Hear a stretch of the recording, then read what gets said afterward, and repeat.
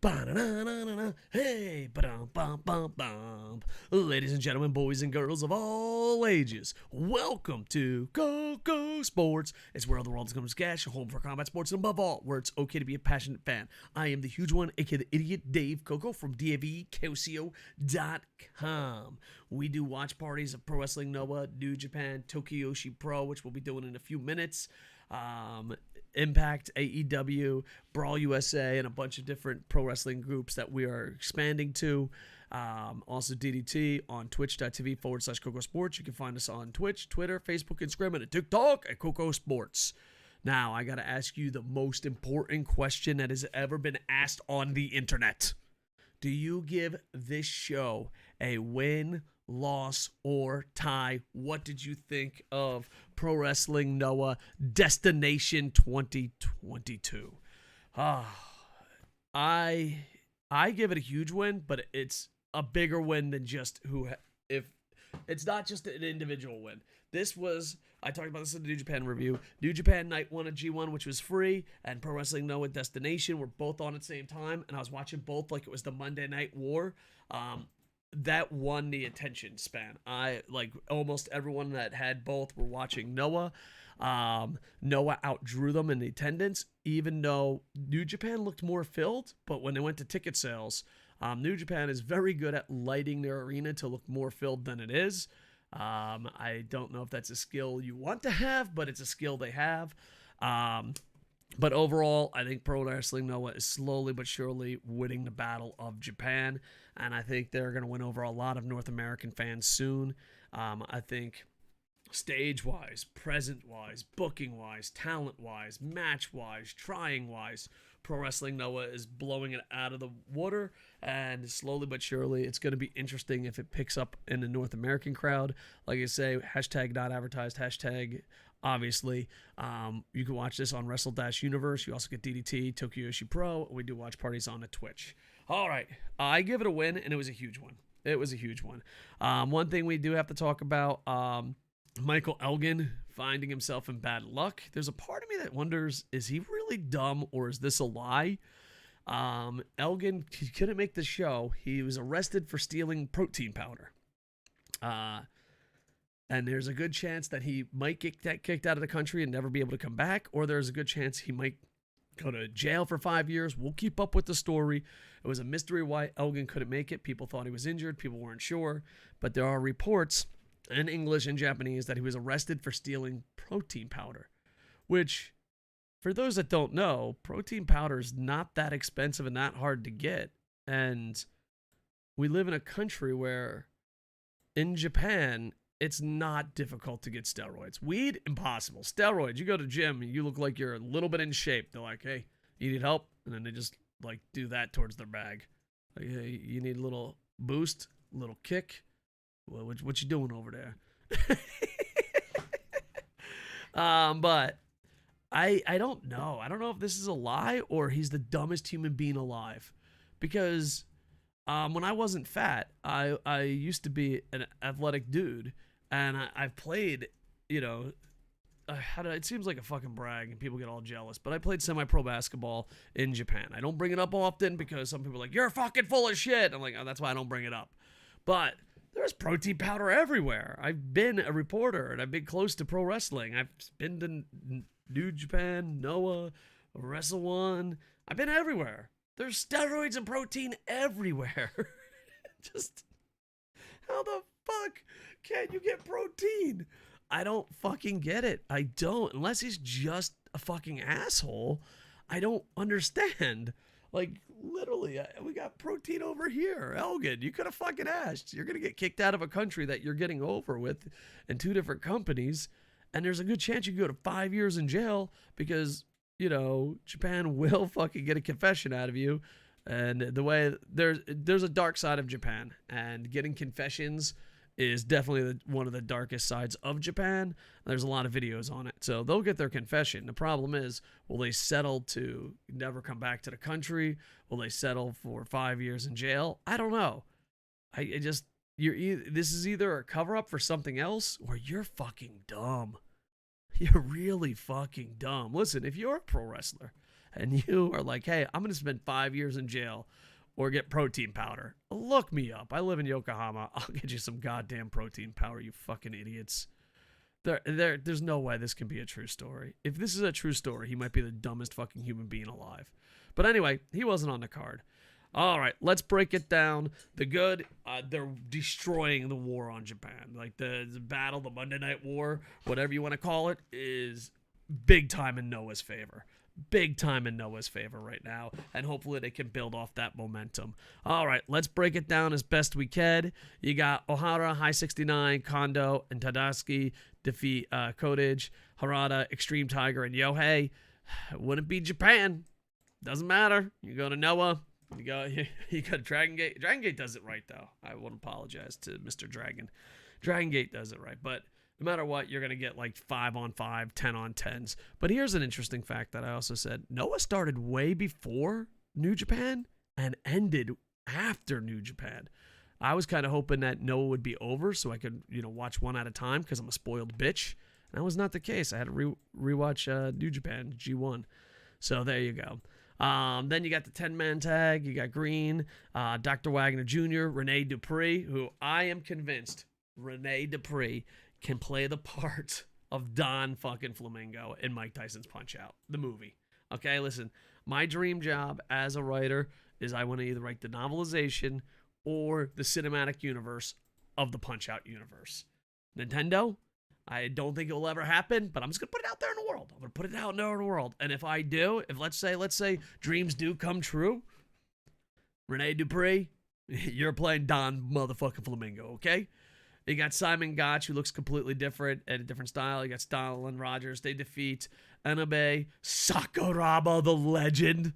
If you don't know who Sakuraba is, just know he's the greatest human being to walk planet Earth. Okada, not that Okada. And this one tries. I can't let it go. I can't let it go. I'm so heartbroken, boys. Mochizuki and Taniguchi. Next, you have the tag team match. Eita and Suzuki defeat Ogawa and Sumisu. And now this is the match that I was very interested in. And I don't know if the real Ninja Mac is messaging me or it's just someone named Ninja Mac. But hey, how you doing? Listen, I never watched Ninja Mac, and I like fast matches where they turn off the gravity, and they're stiff, and everyone, James Legend, The Real Tight Spot, Rick 1982, all my wrestling buddies are like, you're gonna love Ninja Mac. I'm like, you motherfuckers don't tell me what I love. I gotta see it with my eyes. Ninja Mac comes out, goes against Dante Leon. Ninja Mac defeats Dante Leon, 14-24. Final results, I fucking love Ninja Mac. Holy fuck, is he amazing. Dude, I'm pretty sure they turned off the gravity. I don't know how they fucking did it. They turned off the gravity. Fast-paced, cruiserweight, no fucking gravity. Ooh, I heard wonderful things and I fell in love. Ninja Mac defeats Dante Leon 14-24. Now, some people didn't like the match, and those people are fucking wrong. Some people are like, oh, I don't know. They're a little cruiserweight. A little too fast. A little too athletic. Ooh. Fuck you, you're wrong. Ninja Mac, fucking 10 out of 10. Love him. Everyone told me I'd love him, but I was like, I had to fucking see it myself. It's like kind of like going on a blind date. You're like, oh, you'll love her. And be like, don't you fucking tell me what I'll love. And then you go on a blind date, and you're like, she knows about Ninja Turtles. I don't know, I got off topic. Anyway, Ninja Mac is awesome. All right, next you got the hardcore tag team match. I love these wrestlers. 3 of them are ECW guys. One of them makes sense that would be an ECW guy. You got Tanaka, one of the hardcore motherfuckers. Great human being. Met him a bunch. You got Rob Van Dam at the age of fucking 476. I should have did a 420 joke, but it's too late now, boys. Can't go back. And they defeat Nasawa and Super Crazy. Rob Van Dam is making quotes like he could kick his old younger self's ass. Rob Van Dam looks amazing at 100 years old. And with that said, I don't think Rob Van Dam knows how good Rob Van Dam was, okay? Rob Van Dam, I understand. You're fucking amazing. You are a great wrestler. You gained weight. You're doing fucking amazing. Good weight, not like me. You're not streamer weight. But old man, power weight. That's what I'm talking about. So Rob Van Dam, you are fucking amazing. You brought it. You showed the world. This was a fun, hardcore ECW match. Tanaka, you son of a bitch, I love you. But Rob Van Dam, come on, let's live in the real world, dude. I don't think Rob Van Dam remembers how good Rob Van Dam was. But still, this was great. If you like ECW hardcore nostalgia, it's 10 minutes of just ECW, ECW, ECW. It was amazing. Next, you got the 6-man tag. You got Go, Fujita, and Sugira versus Nakajima, Zoya, and Funaki. Not that Funaki. Overall, not a bad match. Super rooting for Go. It's not a bad match, but kind of like out of place. It was like, oh, a bunch of people. Ninja back, yeah. ECW, yeah. Whoa, a bunch of people. What the fuck is this? What the fuck you doing here? What the fuck? This is what you do? This ain't how it works. This is how it works in Japan. A bunch of people, good matches. Not bunch of people, good match, bunch of people. It was a good match, but still, come on. Japan, you don't need 50 people in the ring to have a good match, okay? Someone needs to tell you that. All right. Then you got the final countdown, which, by the way, he got it. The final Muta countdown. Pro wrestling love forever. Got to take the hat off out of respect, okay? Great Muta is the greatest fucking pro wrestler ever. And did he get married and turn into a bitch like Okada? No, he never did. Keiji Muto goes against Kijo Miya. Totally fucking slaughtered that fucking name. Kaito over here. And he's going to have 5 matches. And this is the first. There's only 4 more matches left. Was there man tears? I'm not going to fucking tell you. But yeah, I did one of these, you know? Like I was on trial or something. Like, no, I'm not crying. You're crying, you bitch. All right. The Great Muta loses to Kijo Miya. The story, though, is there's only 4 more matches left. And he has handed down the Shining Wizard and the Figure 4. Now listen here, Kaito, you fucking son of a bitch. Look at me, dude. Look at me. You got Muta's Shining Wizard. You got Muta's fucking leg lock. You better not turn into Sonata, you son of a bitch. You better be the greatest fucking wrestler ever. Muta, final countdown, 5 chapters, put you over. You better be fucking awesome. You better be awesome. I better not see some Sonata bullshit where you got potential for 50 fucking years. You better be awesome right fucking now, you piece of shit. You beat Muta in the final 5 matches. You better be awesome, okay? You got a big fucking chip on your shoulder because you better not fucking fuck this up. Muta, I might have to go one of the Muta's final matches. I might have to, boys. I went at the Liger's last match. Oh, man. So many great fucking legends fucking retiring. Kaito, you better not fuck this up. Kaito did have a great match against Muta. Muta isn't 100%, obviously. And some of the matches he just did like athletic things that like went nowhere. Like he did this thing where he was like running, like ran down the fucking, the aisleway, the ramp. He ran down the ramp, dove through the fucking ring like an athlete, and then just took out Muta by the knees. He was like, listen, guys, I'm fucking athletic. So he did some athletic moves that went nowhere. It was pretty awesome. But yeah, it was respect. Only 4 more matches, and the greatest pro wrestler of all time will not be wrestling anymore. So we love you and miss you. And Kayamiya, I swear to fucking Christ, you better be the greatest fucking human being that ever lived. No fucking pressure. All I'm asking for you to be is the greatest human being that ever lived. That's it. No pressure at all. All right. Next, you got Suzuki and Timothy Thatcher. This is the one that Elgin was supposed to be a part of. But they, reports are stealing protein powder. Fucking idiot. This is a GHC tag team title decision match because Elgin was champ and doesn't know how to fucking purchase protein powder, allegedly. They had to change it around. Suzuki and Thatcher win. Thatcher wins his first title. This is a huge event. I mean, a huge moment in his life. He's been talking about it for a while, and it was great to see him have a title. He beats Kitatamiya and Inamura by referees' decisions. So I was happy to see a legend like Suzuki, not that Suzuki, and Timothy Thatcher win the title. So overall, great. I feel like this match was a good match. The next match, GHC Junior Weight title match. But here's the problem. We already saw Ninja Mac steal the fucking show when it comes to Cruiserweight, Junior Weight style wrestling. We just went on emotional roller coaster with Muta and then tag titles with Timmy Thatcher. So it had stories built in. We're getting ready for the Kojima Keno story, which just story's been everywhere. And then out of nowhere, it's like, here's Hayata and Yoshioka. Like, all right. It wasn't a bad match. It's just, there was just great stories everywhere. And then that match happened. So it was like, okay. It's like, wow, what a story with Muda. What a story with Thatcher. Ninja Mac, wow, he fucking impressed me. And then, oh, I can't wait for Keno and Kojima. What a fucking story. And then, hey, Hayata's here. Yoshioka's here. It was a decent match. Hayata does win, defeats him. He is the champion. I hope that Ninja Mac can go out there and fucking do something with that title. It would be absolutely amazing to see. But yeah, this just 2 matches pacing-wise, and then we're nitpicking here, but 2 matching pacing-wise seemed a bit off, and this GHC title seemed that way. And next, you have the GHC heavyweight title. You got Kojima, who's on New Japan contract, showing up. We call it the Summer of Kojima, going against his first title defense. Kojima brought that title everywhere. If there was a mystery opponent anywhere, it was damn Kushina.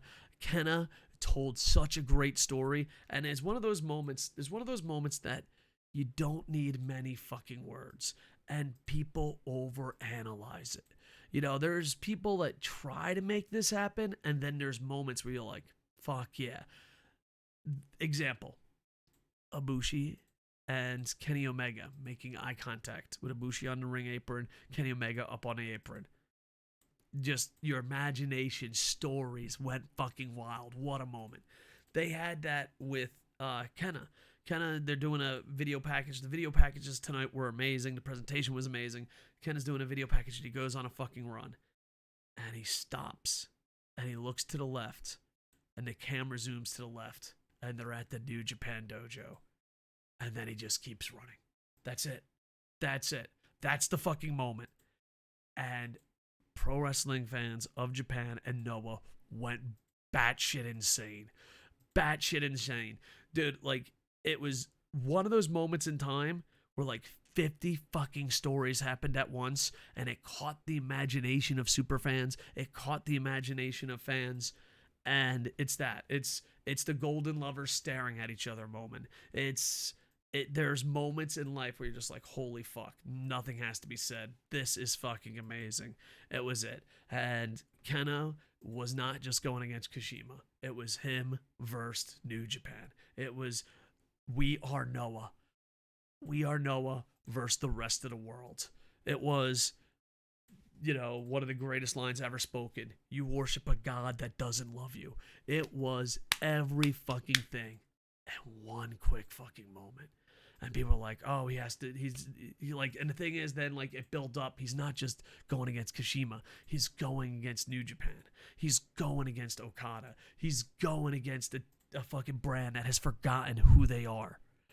It was so fucking magical. And the people in the chat went fucking crazy. Me and Rick fucking lost our shit. The arena fucking erupted. It was a fucking special moment that I put up there with, you know, anytime the Golden Lovers reunite. It was amazing. With that said, 28 minutes, 17 seconds. Kojima, 51 years old. Kenna, 40 years old. Just want that to be known. These matches were both happening at the same time with Okada and Cobb. They were going head to head in the Monday Night Wars. The Wars of Nippon. And they never fucking slowed down. There was barely any double downs. If you were flipping channels, looking back and forth, having 2 television sets, no one won the most important war of all. Your fucking eyeballs. Your interest. They outdrew New Japan. They beat New Japan. And I want New Japan to succeed. I want Noah to succeed. I definitely don't want them run head to head because I don't want to fucking do this for fucking 5 hours. But wow, what a fucking night. What a fucking victory. Kenna is your champion. And in every aspect outside of the foreign market, Pro Wrestling Noah kicked ass. So, huge win. Great stories. Great booking. Great promos. Just overall, huge fucking win. And right now, they have all the momentum. It reminds me of when New Japan took over All Japan. It reminds me of a little bit of AEW, climbing up against WWE. but it's a lot closer than a lot of foreigners think it is. So overall, give it a win. We are about to watch a watch party of Tokyo Yoshi Pro at New Japan on Twitch KocoSports. So make sure to like, comment, subscribe, and I'm going to try to do an AEW review, but I can't make any promises because time's running out. Papa Twitch is calling. I was like, Twitch, I also like to make YouTube videos. And Twitch is like, fuck you, fuck you. All right, Papa Twitch. I just broke my partner award. Shh, no one tell. Every award I ever get, I break. I'm an award biker. Break all the awards. Anyway. Yeah, I got a partner. YouTube, bring it in. Just between me and you. I broke my Twitch partner award a lot. Did you see how loosey-goosey it was? It was supposed to be like really solid, and it wasn't supposed to fall over when I put it down. But, yeah. Anyway, I'll be live on twitch.tv/KocoSports. Make sure to check it out. Love you, dudes. Like, comment, subscribe. And if I have time, AEW review. If I don't have time, I'll see you tomorrow. With that, I am over. Hey, like, comment, subscribe. Hey, ba-dum, bum, bum, bum.